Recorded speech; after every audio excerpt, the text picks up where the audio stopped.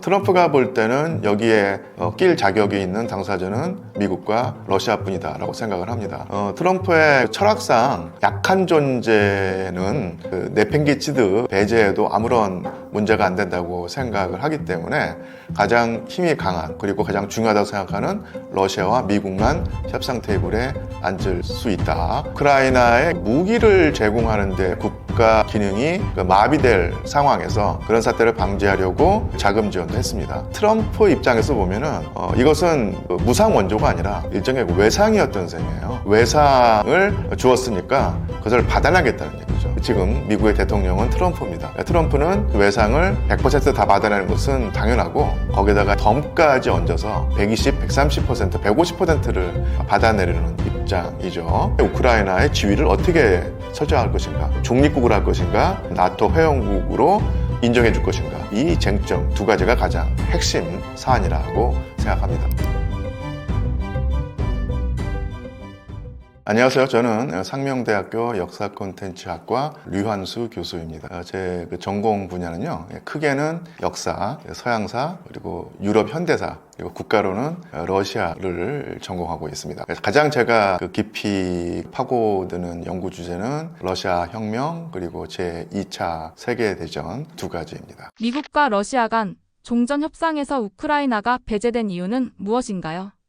사실은 미국의 트럼프 대통령의 스타일 때문에 그런데요. 일단 트럼프 대통령은 협상을 통해서 미국의 국익을 극대화하는 것이 자기의 사명이다. 그리고 그것을 가장 잘한다는 자부심을 가지고 있을 텐데요. 협상이 진행될 때 참여하는 당사자가 적어야지 효율적인 협상이 이루어진다는 것이 트럼프의 지론일 텐데요. 우리가 생각해 볼 수 있는 협상 당사자가 우크라이나, 러시아, 그다음에 미국, 유럽연합 등등일 텐데 트럼프가 볼 때는 여기에 낄 자격이 있는 당사자는 미국과 러시아뿐이다라고 생각을 합니다. 그래서 트럼프의 철학상 약한 존재는 이렇게 내팽개치듯 배제해도 아무런 문제가 안 된다고 생각을 하기 때문에 가장 힘이 강한 그리고 가장 중요하다고 생각하는 러시아와 미국만 협상 테이블에 앉을 수 있다 이렇게 생각하는 것이고요. 사실은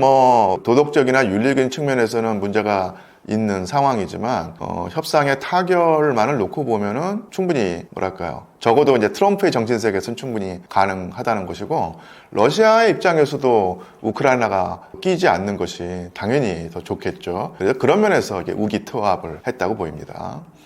우크라이나 없이 진행된 협상의 주요 내용과 합의된 사항은 무엇이고 우크라이나의 반응은 어떤가요?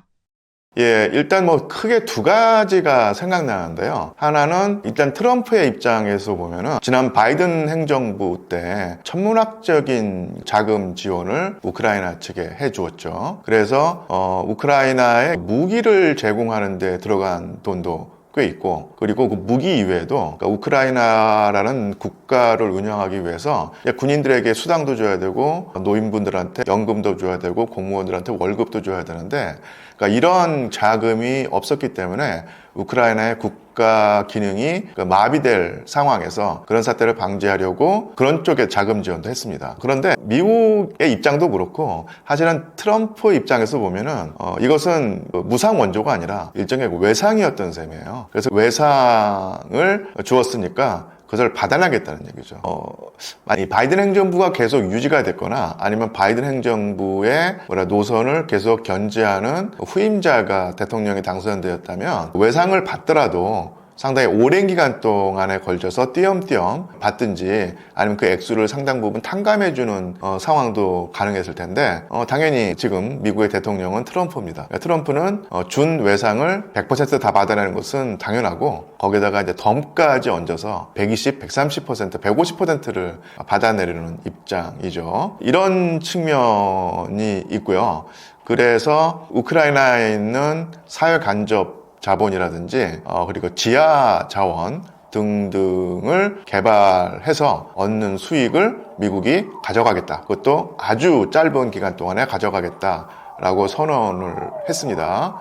결국은 미국의 압박에 견디지 못하고 그것을 받아들이는 모양새가 되었죠. 트럼프의 논리가 아니 우크라이나와 미국 사이에 경제 협력이 이루어지고 같이 자원을 개발하는 이런 것 자체가 우크라이나의 안전 보장의 발판이다. 이런 논리를 들이밀었는데 이런 논리에 결국 젤렌스키가 굴복하고 만 셈입니다. 근데 한번 또 역사를 돌이켜 보면요, 미국이 자기에게 우호적인 국가라든지 아니면 동맹국에게 무기 및 군수물자를 천문학적으로 지원한 경우가 있습니다. 그 경우가 바로 제2차 세계대전 때 나치 독일과 맞서 싸우면서 미국과 동맹관계에 있었던 영국과 소비에트 연방에게 무기대여법으로 군수물자를 지원한 것인데 정말 천문학적인 금액의 군수물자를 지원했거든요. 근데 전쟁이 끝나고 난 다음에 1945년도에 영국으로부터도 모든 외상을 다 돌려받았고요. 소련으로부터도 다 외상을 돌려받았습니다. 영국 같은 경우는요, 사실은 나름대로 대영제국의 맹주였던 영국이 1945년 이후로 급격하게 위상이 떨어지는데 그 이유 중에 하나가 뭐냐면 미국에게 무기대여법으로 받은 외상을 갚으면서 경제가 완전히 미국에 종속돼 버린 거예요. 그래서 전후에 영국은 완전히 미국에게 경제적으로 종속된 국가가 됐는데 뭐랄까요, 매개체가 바로 무기대여법이었습니다. 그리고 소련 같은 경우도 1945년부터 2007년까지 거의 반세기에 걸쳐서 이 무기대여법으로 얻은 외상을 다 갚았습니다. 그리고 또 2007년도에 맨 마지막으로 변제를 했던 러시아 국가원수가 바로 푸틴 대통령이었죠. 이렇게 영국이나 러시아 같은 강대국한테도 무기대여법으로 빌려준 돈을 다 받아내는 미국일 텐데 우크라이나에게 그 외상을 탕감해준다 이런 일은 없을 것이고요. 이런 과거에 비춰보면 미국의 행동이 어이없는 행동은 아닌 셈입니다. 이렇게 협상에서 우크라이나로부터 최대한 경제적 수익을 올리려는 이런 이슈가 협상에서 큰 쟁점이 됐고요. 거기다가 푸틴 대통령은 트럼프 후보에게 맞장구를 쳐서 우리가 점령하고 있는 우크라이나 영토, 러시아 영토로 편입된 곳에도 히토류 등 정말로 많은 천연자원이 있으니 이거 개발을 하는 거 미국과 함께하자, 이런 식의 쟁점까지 나왔다고 합니다. 자, 그리고 두 번째는요, 상당히 중요한 쟁점이고 또 하나, 이 쟁점을 만약에 빠른 시일 내에 해결한다면 그야말로 급속하게 전쟁이 끝날 가능성이 있고요. 여기서 만약에 의견이 조율한다면 상당히 오랜 기간 동안 협상이 지지부진할 가능성이 있는데 그것은 뭐냐면 우크라이나의 안전보장입니다. 우크라이나 입장에서 보면 대폭 양보를 해서 전쟁을 끝낸다고 하고 그리고 울며 겨자 먹기로 빼앗긴 영토를 러시아에게 아예 넘겨준다고 할 수 있죠. 한 가지 가능성인데 그러면서 내거는 조건이 있을 겁니다. 그게 뭐냐면 다시 러시아가 쳐들어올지 모르니 우크라이나로서는 대폭 양보를 해서 빼앗긴 동부 영토 그 20%를 러시아 영토로 인정할 수도 있다는 입장을 밝혔죠.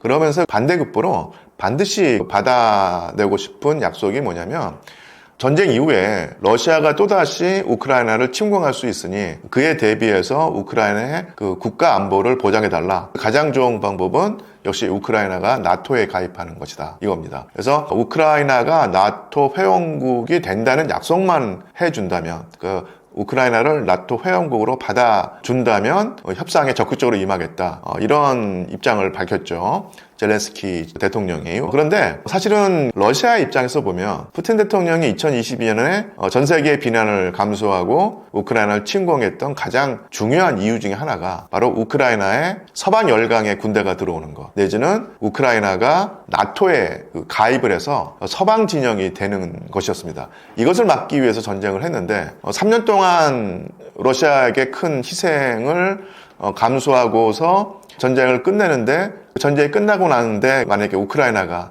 나토 회원국이 된다? 아니면 나토 회원국이 될 것이다 라고 하면 절대로 푸틴 대통령은 받아들이지 않겠죠. 그래서 아마 미국과 러시아가 협상을 할 때 푸틴은 강력하게 우크라이나의 중립화 내지는 절대로 우크라이나가 나토 회원국이 되지 않게 해준다는 약속을 트럼프에게 받아내고서 협상을 마무리하려고 할 겁니다. 이 두 가지가 가장 큰 쟁점이겠죠. 그래서 미국이 우크라이나에게 지원해준 무기대여법 원조를 전액 다 회수하는 거. 이 쟁점 하나가 있고요. 연관돼서 이제 우크라이나의 자원 개발에 관한 전후 복구에 관한 쟁점이 있고, 두 번째가 전후에 우크라이나의 지위를 어떻게 설정할 것인가, 중립국을 할 것인가, 아니면 나토 회원국으로 인정해 줄 것인가, 쟁점 두 가지가 가장 핵심 사안이라고 생각합니다. 이 과정을 지켜보는 유럽의 반응은 어떤가요? 유럽연합으로서는 상당히 당혹스러운 입장을 보이고 있습니다. 그래서 마크롱 대통령이라든지 아니면 영국의 총리가 미국이 빠져나가도 유럽연합은 계속 우크라이나를 지원하겠다. 그리고 여건이 허락한다면 아예 자국의 군대를 우크라이나에 파견하겠다는 입장까지 보이고 있습니다. 그래서 트럼프와는 달리 유럽연합은 러시아에 대한 원초적인 공포심을 가지고 있기 때문에, 그러니까 그런 러시아에게 품은 공포심이 과연 근거가 있는가 없는가는 또 따져봐야 될 문제겠지만, 어쨌든 간에 유럽의 국가들, 정상들 대부분이 러시아를 호전적인 국가, 팽창지향적인 국가로 인식을 하고 있고, 그래서 우크라이나가 러시아에게 무릎을 꿇는다면 그 다음에 러시아의 힘이 서유럽적으로 뻗칠 것이다 라고 하는 생각을 하고, 그것을 막기 위해서 우크라이나가 무너지지 않도록 원조를 하려고 하는 입장이죠. 여기서 트럼프와 차이점을 보이는 것이고요. 그리고 또 하나, 승리라고 단정지어 말할 수 없지만, 우크라이나 러시아 전쟁이 일어났을 때까지만 하더라도 처음에 생각을 해보면, 그러니까 러시아의 침공에 맞서서 우크라이나를 지켜낸다는 목적으로 미국과 나토 국가들, 그러니까 서유럽 국가들이 아주 철벽공조를 이루고 유대 관계가 더더욱더 강해질 듯이 보였는데, 3년 동안 전쟁을 치르면서 많은 변화가 일어났죠. 무엇보다도 미국에서 트럼프 행정부가 출범을 하면서, 그러니까 트럼프 행정부 같은 경우는 나토를 미국의 세금으로 지켜준다는데 상당히 반감을 보이는 입장을 취하고 있습니다. 그래서 유럽의 안보는 유럽 너희들이 알아서 해라. 지금까지 미국이 엄청난 자원을 투입을 해서 서유럽 국가들의 안보를 지켜줘 왔는데 앞으로는 그러지 않겠다. 이런 입장을 취했고요. 그래서 나타나는 결과가 당장 유럽의 주요 국가들은 지금 방위비 수준이 전체 자체 국내 총생산의 1%, 2% 수준인데 이것을 2배, 3배까지 올려야 되는 상황이고, 또 트럼프가 강력하게 그것을 요구하고 있죠. 그래서 지난 한 10년, 20년 사이에 유럽의 발전 동력이 상당히 죽었던 것이 사실입니다. 그래서 경제 침체가 지속이 되어 왔는데, 여기서 두 가지 방향에서 타격을 입죠. 하나가 뭐냐면 엄청난 방위비 지출을 감당해야 되고, 그 수준을 2배, 3배로 올려야 될 상황. 그래서 방위비가 국내 총생산의 최소 3%, 높게는 5%까지 감당해야 되는 상황이 된 것이죠. 이건 엄청나게 경제 부담이 되겠죠. 또 하나 가장 좋은 예가 독일일 텐데요. 독일 경제가 그나마 호황을 누려왔던 이유가 러시아로부터 엄청나게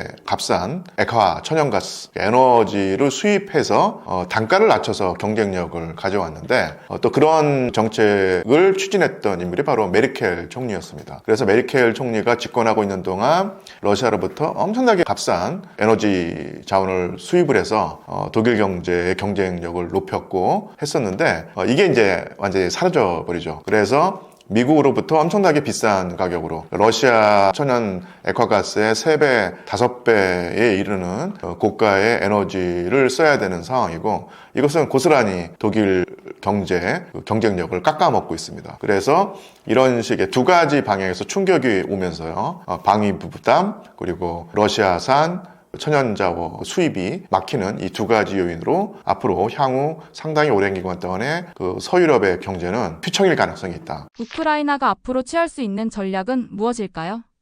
갑갑하죠. 우크라이나 입장에서는요. 우크라이나가 향후에 맞이할 수 있는 운명을 한번 가상 시나리오로 정해보자면요. 우크라이나에게 가장 좋은 시나리오는 역시 전쟁에서 승리해서 러시아를 밀어내고, 그리고 빼앗겼던 영토, 동부 영토를 다시 탈환하는 것, 그리고 덤으로 2014년에 빼앗겼던 크림반도까지도 돌려받는 것일 텐데 이 가능성은 정말로 낮아졌죠. 원래부터 높지 않았지만 거의 지금은 0에 수렴할 정도로 가능성이 낮아졌고요.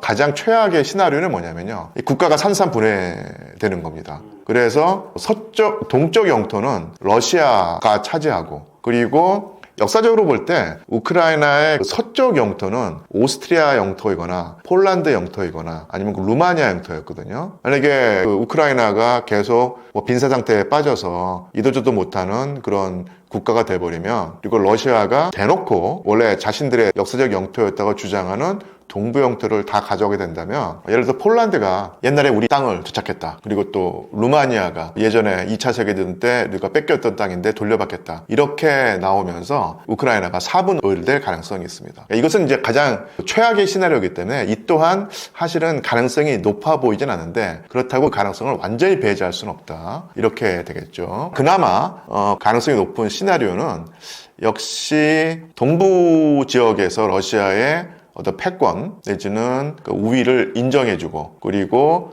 러시아가 차지하고 있는 땅, 우크라이나 영토 20%를 인정하는 것이겠죠. 그리고 서부 지역에서 우크라이나 계속 존속하면서 나토에 가입하는 형태일 수도 있고, 아니면 중립을 해서 러시아로부터 안전 보장 공약을 받아내는 이런 식의 절충이 가장 가능성이 높아 보이는데, 문제는 이 우크라이나 내부의 문제입니다. 그러니까 우크라이나와 대외 관계, 즉 러시아나 미국이나 서유럽과의 관계는 어떻게든 절충이 될 텐데, 우크라이나로서는 상당히 악몽인 것은요, 이 내부 분열이 지속되는 겁니다. 원래 그 전쟁 이전에도 친러시아 정치 세력과 친서방 정치 세력이 계속 충돌하면서 팽팽한 긴장 관계를 조성해왔고, 심지어는 내전까지 벌였었는데, 올해라든지 내년에 만약 전쟁이 끝나고 난다면 국제 관계야 어떻게든 간에 좋든 나쁘든 협상이 벌어지겠지만, 우크라이나 내부에서 강경 민족주의 세력은 절대로 지금 상황을 받아들일 수 없다라고 하면서 러시아에게 그들이 볼 때 굴종적인 자세를 취하는 그 국가 행정부를 인정하지 않으면서 엄청난 공격을 해댈 것이고요. 반면에 강경 민족주의 세력 반대는 현실을 인정하자, 우크라이나가 러시아에게서 완전히 떨어져 나가서 완벽한 자주권을 가지는 것은 불가능하고, 미국도 그런 러시아와 거의 같은 길을 걷고 있으니 현실을 인정하고 주변 강대국들의 요구를 들어주자, 이렇게 나올 수 있거든요. 근데 또 한 번 이런 식의 현실파와 이상파가 우크라이나 안에서 갈등을 빚는다면 또 다른 내전 상태, 2022년 이전보다 무질서했지 더 낫지 않은 상태로 지속될 가능성이 있습니다. 그러니까 이런 여러 가지 시나리오가 있는데, 어느 쪽을 생각하더라도 우크라이나로서는 갑갑하고 답답하고 비참한 심정이 드는 상황을 피할 수가 없으리라는 예상이 됩니다.